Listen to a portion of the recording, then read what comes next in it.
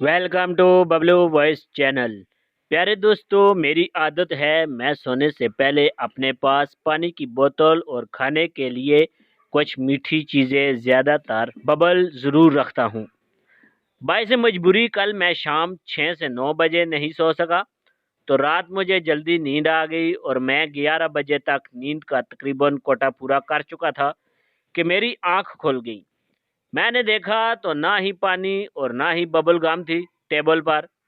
अल्लाह अल्लाह करके हिम्मत की और उल्टी शर्ट पहन कर घर से निकल गया। गली में जो एक दो दुकानें थी वो भी रात बंद हो चुकी थी। सोचा अब क्या करूं। अचानक ख्याल आया कि दुकानदार को कॉल करता हूं। कॉल मिलाई तो दुकान वाले ने कोरा जवाब दे दिया कि इस वक्त दुकान नहीं खोल सकता, जो भी चीज़ लेनी हो सुबह आकर ले जाना। काफ़ी देर सोचने के बाद इस नतीजे पर पहुंचा कि आमना बना जाए और अपने दूसरे खुफिया नंबर से दुकानदार को मैसेज किया। तो दोस्तों, दुकानदार को ये मैसेज लिखकर सेंड कर दिया। अस्सलाम वालेकुम सर। सर, मैं आपका नाम नहीं जानती, मगर मजबूरी के तहत आपको मैसेज लिख रही हूँ। मेरे घर मेहमान आए हुए हैं, मुझे कुछ चीज़ों की ज़रूरत है। हो सके तो दुकान थोड़ी देर के लिए खोल दीजिए। मैं बाहर इंतज़ार कर रही हूँ, आपकी आमना। बस जी, फिर क्या था।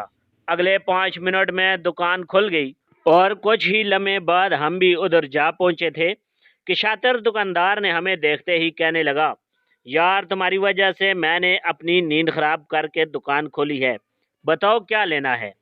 हमने जल्दी जल्दी बबल गम, टाफिया और दूसरी मीठी चीज़ें ली और उस थड़की दुकानदार को ये कहते हुए निकल आए, आपने हमारे लिए नहीं अपनी अमना के लिए उसके कहने पर रात के इस टाइम दुकान खोली है।